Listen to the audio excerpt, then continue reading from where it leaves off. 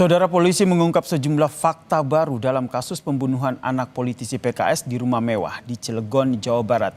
Namun, belum menetapkan tersangka dalam kasus ini, saudara. Kita terhubung dengan Ketua Bidang Advokasi PKS, Mbak Nurul Amalia, dan juga staf ahli Kapolri, Hernawan Sulistyo atau akrab disapa Prof. Kiki. Selamat petang semuanya. Tentang Saya ke Ibu Nurul dulu nih petang, sebagai Mas. advokasi dari PKS. Ibu Nurul sendiri sudah bertemu dengan orang tua korban dan mungkin sudah bercerita sebenarnya kronologi kasus pembunuhan putranya ini seperti apa, Ibu? Ya, jadi kalau terkait kronologis ya, saya belum bisa menyampaikan secara mendetail karena itu memang akan menjadi fakta ya dalam proses penyidikan ya. Jadi selama ini juga pihak kepolisian belum menyampaikan ya motifnya dan lain-lain. Jadi saya pikir saya belum bisa menyampaikan terkait fakta-fakta itu. Jadi kami sih sebenarnya memang memahami bahwa ini memang korban adalah anak dari Dewan Pakar PKS ya. Dan bagi kami ini kejahatan serius ya, dan ini akan menjadi peristiwa yang menghadirkan duka yang mendalam ya, tidak hanya bagi keluarga korban tapi juga tentu saja bagi masyarakat ya, seperti itu. Tapi Ibu Nurul sudah bertemu dengan orang tua korban dan berbincang langsung begitu. Apa informasi yang mungkin bisa disampaikan ke publik? Ya saya belum bisa menyampaikan terkait itu ya, karena memang kami masih menunggu ya dari pihak kepolisian ya terkait apa sih sebenarnya yang terjadi gitu, seperti itu. Oke, Jadi Prof. saya belum bisa menyampaikan. Baik, saya ke Prof. Kiki. Prof. Kiki, informasi terbaru polisi bilang ini meyakin bahwa ini adalah kasus pembunuhan, bukan pencurian. Menurut Anda, dari penemuan ataupun fakta ini, apakah akan sulit begitu mencari sebenarnya siapa pelaku dalam peristiwa yang menewaskan seorang anak di kawasan elit ini? saya kira kalau lihat data sementara nggak sulit. Masalahnya polisi harus memastikan karena pendekatan evidence based dalam pengungkapan suatu kasus itu memerlukan waktu. Misalnya nunggu hasil otopsi itu yang normal 4 hari. Nah, sementara publik pasti minta besok sudah ada tersangkanya. Bu, kalau di situ artinya ada catatan medis bahwa ini urgent sekali dilakukan otopsi ke bisa 1 hari, bisa selesai 1 hari, tapi tidak mungkin di bawah 1 hari. Nah, itu satu. Yang kedua belum resistensi keluarga, udah meninggal sudahlah, biasanya kan seperti itu sikapnya. Ya sudah, tapi ada kan anggota keluarga yang pasti akan ngotot dicari, kalau dicari ya harus otopsi. Karena sebetulnya kalau kasusnya itu sudah pembunuhan atau diduga pembunuhan, barang jenazah itu milik negara, milik negara. Jadi harus ada kompromi dari pihak keluarga, jenazahnya diotopsi. Kalau otopsi dalam itu ya dibuka, dadanya dibuka, semua diteliti satu persatu gitu. Nah, yang ketiga, evidence based ini juga termasuk bahwa dalam suatu kejahatan tidak boleh ada orang yang dikecualikan dari sangkaan. Jadi kalau dugaan itu pembunuhan seperti ini dari pihak keluarganya, dari pihak 4 orang ada yang dipecat oleh bapaknya almarhum, itu semua tidak boleh ada yang dikecualikan dari dugaan sebagai pelaku. Termaksud menelusuri ataupun menyelidiki sebenarnya apakah ada kaitannya dengan profesi ayah korban yang jadi seorang politisi dan juga background dari seorang pengusaha ini?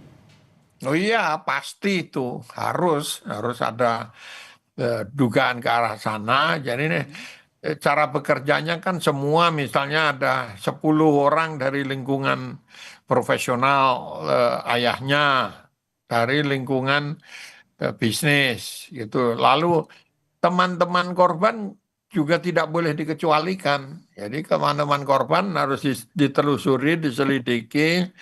Tapi kalau dugaannya misalnya dendam, dari awal kita udah lihat ini ditusuk berkali-kali itu pasti emosi pelakunya tuh meledak gitu. Nah, dan kalau dia dendam, diculik, dibunuhnya di luar.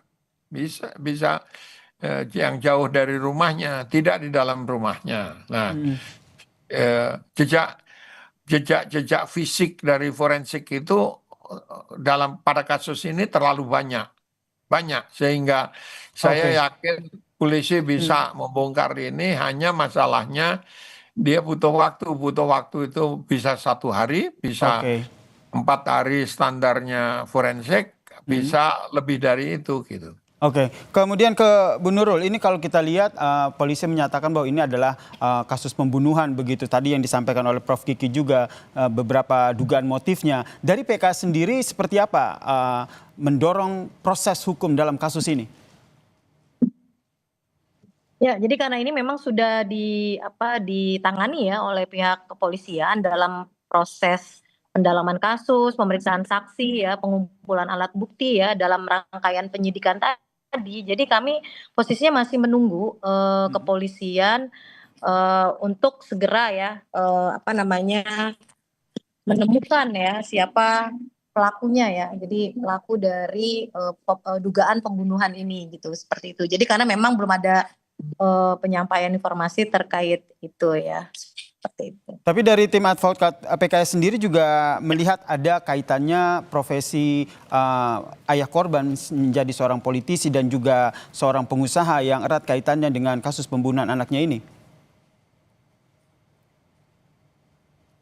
Ya, jadi kami sebenarnya gini, kami tidak berspekulasi ya dan tidak menganggap ini adalah permasalahan politik dan lain-lain gitu ya. Jadi kami masih menunggu sih hasil dari penyidikan ya, apa yang dilakukan oleh aparat penegak hukum terkait ini, karena pasti akan ditemukan motifnya gitu ya. Seperti termasuk juga pelakunya, karena ini kan memang delik umum ya, bukan delik aduan. Jadi polisi memang harus bisa bekerja ya untuk menuntaskan ya perkara ini secara profesional dan transparan. Kami masih mengawal ya Oke.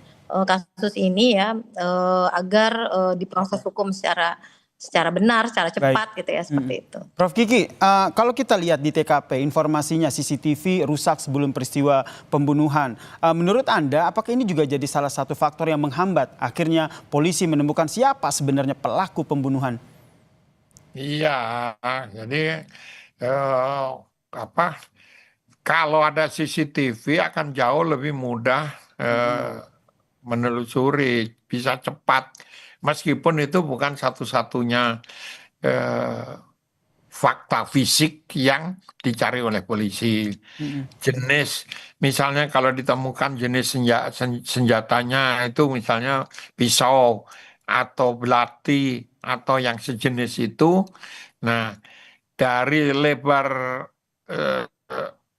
blade-nya, lebar itunya, oh ini tidak mungkin dilakukan oleh anak kecil. Artinya yang sebaya itu teman-temannya bisa sementara dikecualikan untuk tidak perlu diselidiki gitu. Baik. Tapi ada banyak lagi bukti fisik yang bisa ditelusuri kalau ada CCTV.